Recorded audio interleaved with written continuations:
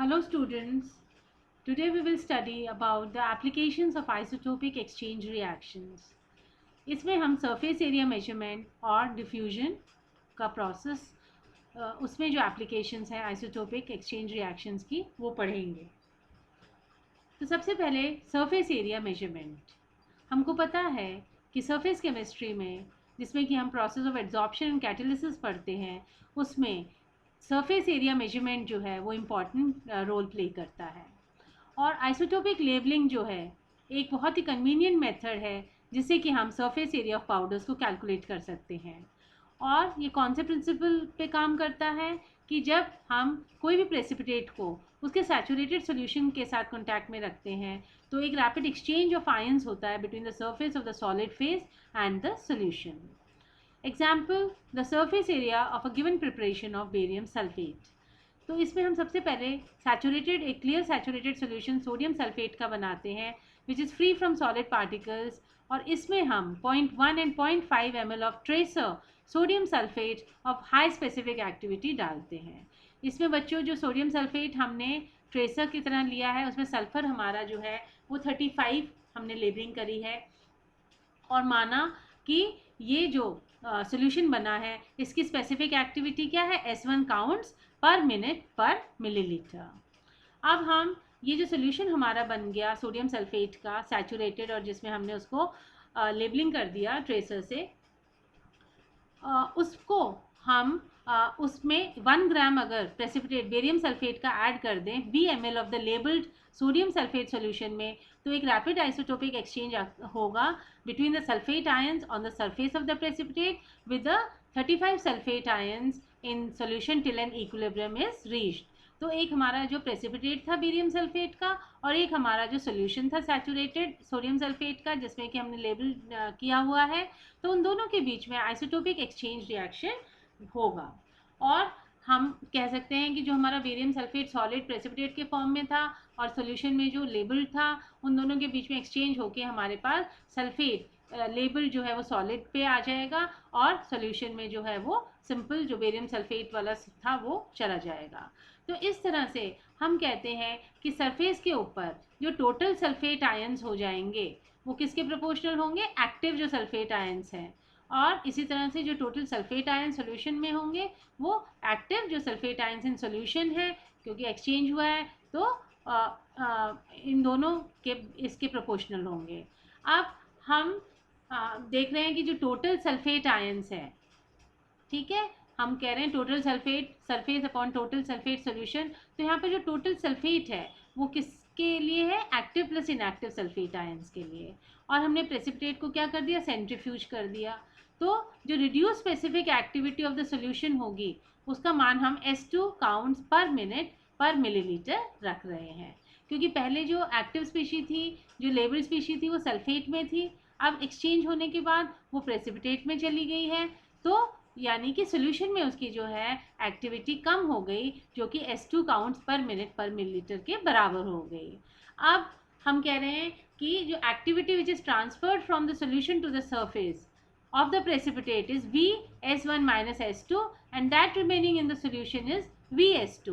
क्योंकि पहले S1 counts थी सोल्यूशन के अंदर बाद में S2 हो गई रिड्यूस होके तो जो एक्टिविटी ट्रांसफ़र हुई from the solution to the surface वो किसके बराबर हो गई VS1 माइनस S2 और जो सोल्यूशन में रह गई वो क्या है VS2. Since each sulfate ion corresponds to one barium sulfate entity in precipitate and one sodium sulfate in solution. तो अब हम कह सकते हैं कि जो टोटल बेरियम सल्फेट एंटिटी थी सरफेस पे वो प्रोपोर्शनल है S1 माइनस S2 और जो टोटल सोडियम सल्फेट एंटिटी है जो रिमेनिंग सोल्यूशन में बच गया वो S2 के बराबर है. अब इसमें all the three quantities except the numerator on the left hand side are known. हमको टोटल जो सोडियम सल्फेट एंटिटीज़ हैं सोल्यूशन में वो पता है. S1 माइनस S2 हम निकाल सकते हैं S2 निकाल सकते हैं तो हम टोटल जो barium sulphate entity on the surface है वो कैलकुलेट कर सकते हैं. अब हम क्या करते हैं जो फॉर्मूला वेट है बेरियम सल्फेट का 223 उसको अगर हम डिवाइड कर देते हैं डेंसिटी से और एवोगेड्रो कांस्टेंट से तो हमको B जो कि surface area of one barium sulphate entity है वो मिल जाएगा.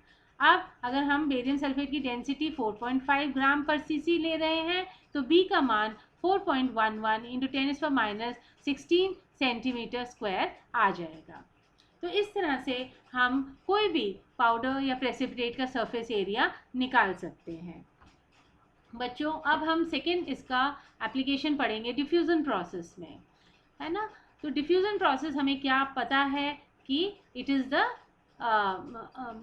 The diffusion process is irreversible process by which a difference in concentration if present between different regions of a medium or across two phases is reduced by the spontaneous flow of matter from the region of higher to that of lower concentration. This is a direct consequence of Brownian motion present in all matter at all temperatures above 0 Kelvin. तो अगर high concentration region से low concentration region में concentration जो है वो जा रही है, स्पॉन्टेनियस फ्लो ऑफ मैटर हो रहा है, तो उसको हम डिफ्यूज़न बोलते हैं। और ये ब्राउनियन मोशन जो है उसी का कॉन्सिक्वेंस है, जो कि अगर टेम्परेचर 0 केल्विन से ऊपर है तो वहाँ पे ये होगा। अब बच्चों अगर हम इसकी थर्मोडायनेमिक्स के बारे में देखें कि जब डिफ्यूज़न हो रहा है, जब हायर प्रेशर रीजन से लोअर कंसंट्रेशन रीजन में जब ट्रांसफ़र हो रहा है मैटर का, हायर कंसंट्रेशन रीजन से लोअर कंसंट्रेशन रीजन में जो मैटर का ट्रांसफ़र हो रहा है, तो वहाँ पे थर्मोडायनेमिक्स हम देखें तो हम मानते हैं कि इसका जो ड्राइविंग फोर्स है, ये जो स्पॉन्टेनियस फ्लो हो रहा है, इसका जो ड्राइविंग फोर्स है वो फ्री एनर्जी चेंज है, जो कि एंट्रोपी ऑफ मिक्सिंग की वजह से जनरेट हो रहा है। एंथैल्पी टर्म जो है इसमें वो ज़ीरो है। तो जब आइसोटोपिक एक्सचेंज हो रहा है तो एंट्रोपी जो है of mixing obeys the ideal mixture reason. A mixture of isotopic species is thermodynamically ideal and the driving force for the interdiffusion of the isotopic species is the free energy change arising wholly from the entropy of mixing. तो अब हम entropy of mixing देखें तो क्या है, it is equal to minus r n1 ln n1 plus n2 ln n2, जहाँ की आपका n1 और n2 क्या है, मोल फ्रैक्शंस ऑफ दो टू आइसोटोपिक स्पीशीज। तो हम मानते हैं कि अगर इन होमोजीनियस जो है सिस्टम, तो वो डिफ्यूजन के द्वारा होमोजीनियस हो जाता है और हमें ड्राइविंग फोर्स जो है वो मतलब ये प्रोसेस अकर करने के लिए क्या रिक्वायरमेंट है कि टेम्परेचर जो है वो हाई होना चाहिए, high enough to overcome the energy barriers to atomic motion.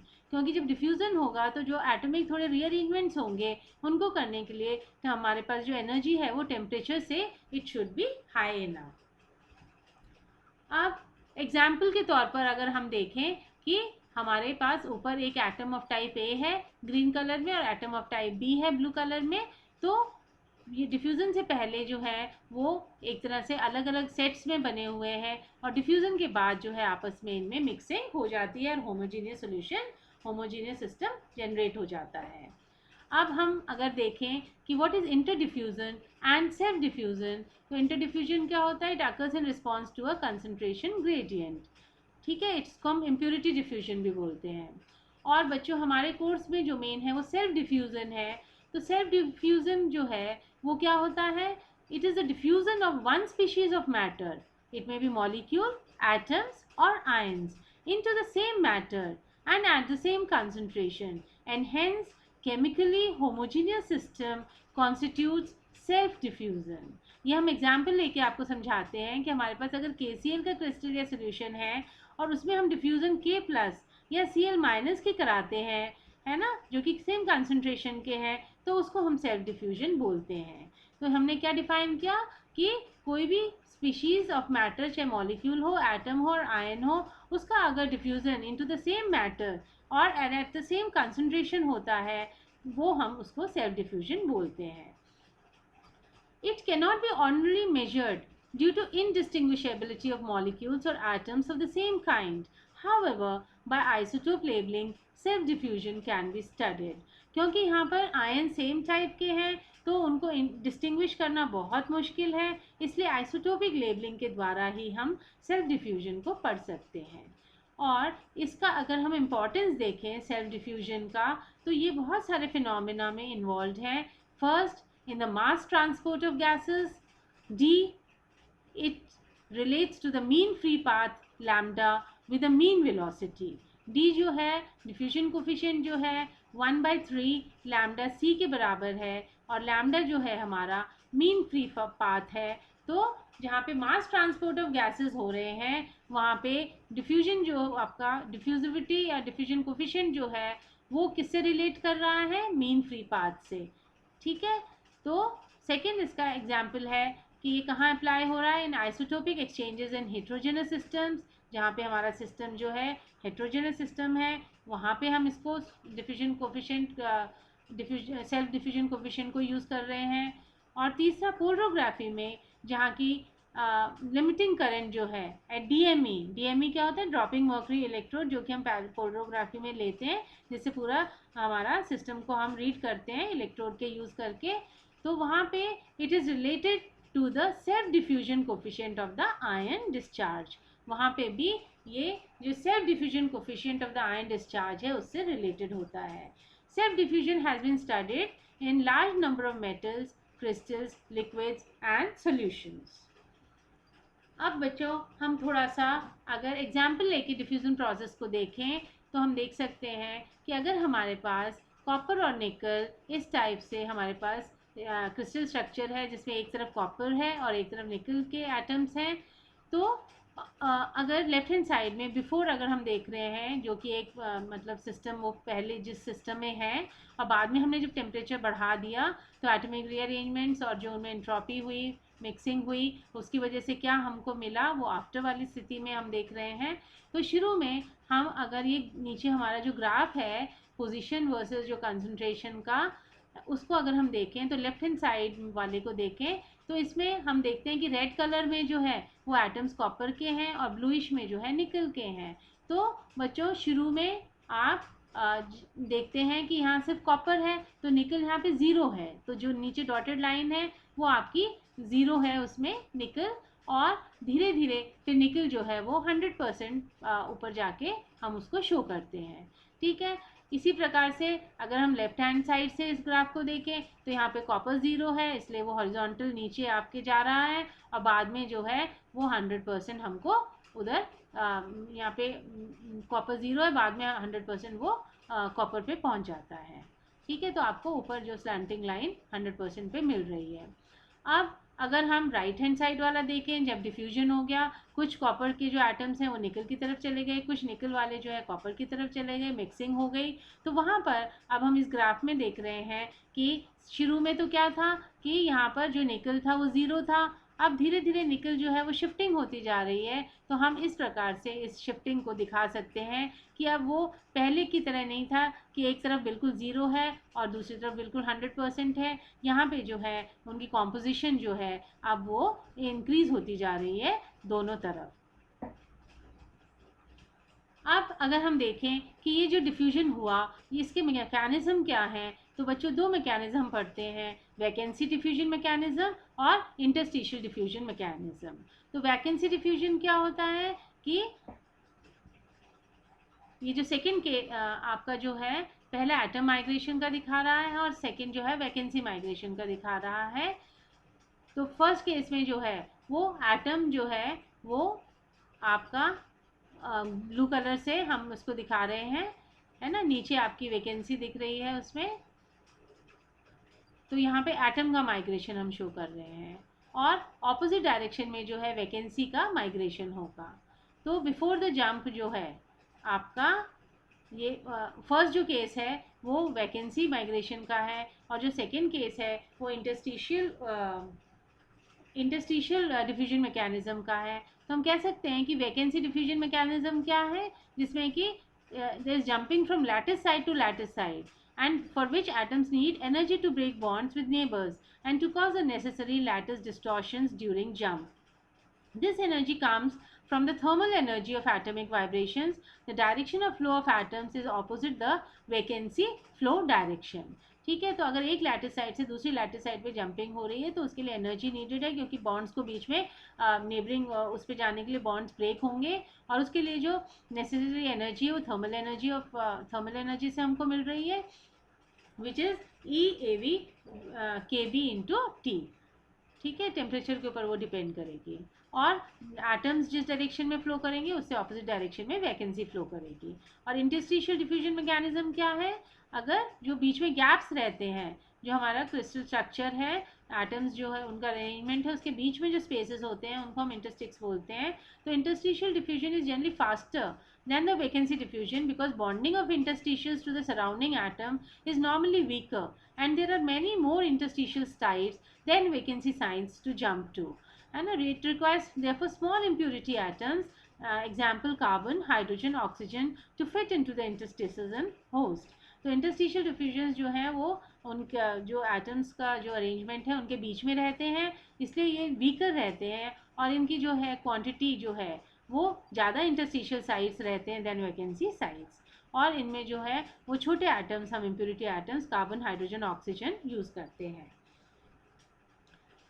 तो ये सेकेंड केस जो हम बता रहे हैं नीचे, before jump and after jump, ये हमारा इंटरस्टिक इसका है इंटरस्टिशियल, जिसमें कि एटम्स के बीच की जो स्पेसेस है उसमें एक पोजीशन से दूसरे पोजीशन में वो जंप कर रहे हैं। अब हम बच्चों थोड़ा सा हम इसका आइडिया लें कि ये जो डिफ्यूजन है इसके मतलब लॉज क्या हैं। इसको समझाने के लिए फिक्स ने जो है दो लॉज दिए जिनको हम बोलते हैं first law and second law. तो सबसे पहले तो डिफ्यूज़न फ्लक्स क्या होता है। अगर हम ये देख रहे हैं कोई एरिया आपका ए रीजन है जिसमें उसके लेफ़्ट साइड में जो है कंसंट्रेशन हाई है और उसके राइट साइड में कंसंट्रेशन कम है, तो जो जे है जो कि आपका डिफ्यूजन फ्लक्स है वो इसके परपेंडिकुलर डायरेक्शन में होगा, perpendicular to the direction of flow in unit time. और यहाँ पर जो डिफ्यूजन फ्लक्स जे है उसका मान क्या है, m/at, that is the mass of atoms which are diffusing through unit area per unit time. तो kg/m² एंड सेकेंड, है ना। तो इस तरह से हम कहते हैं कि ये डिफ्यूजन फ्लक्स होता है।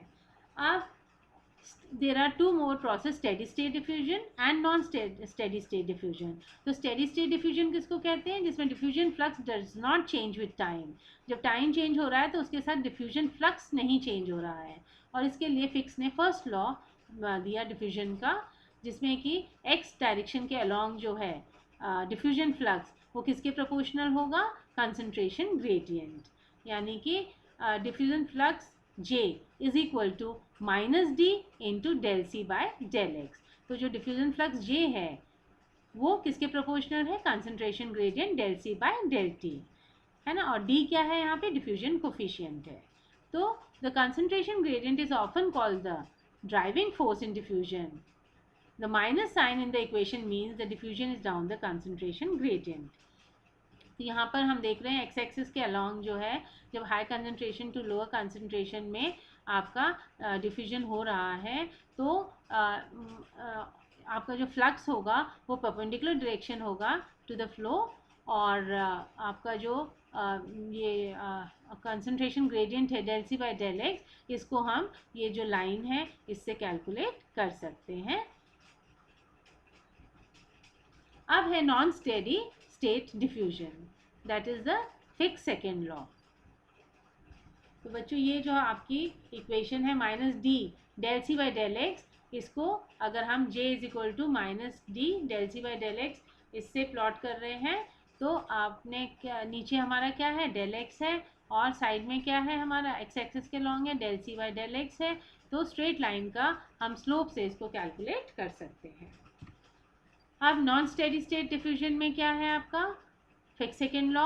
इसमें हम कहते हैं कि डिफ्यूजन जो है थर्मली एक्टिवेटेड प्रोसेस है और यहाँ पर ये नॉन स्टेडी है, यानी कि चेंज करेगा टाइम के साथ। In many real situations the concentration profile and the concentration gradient are changing with time and the changes of the concentration profile can be described in this case by a differential equation which is fixed second law।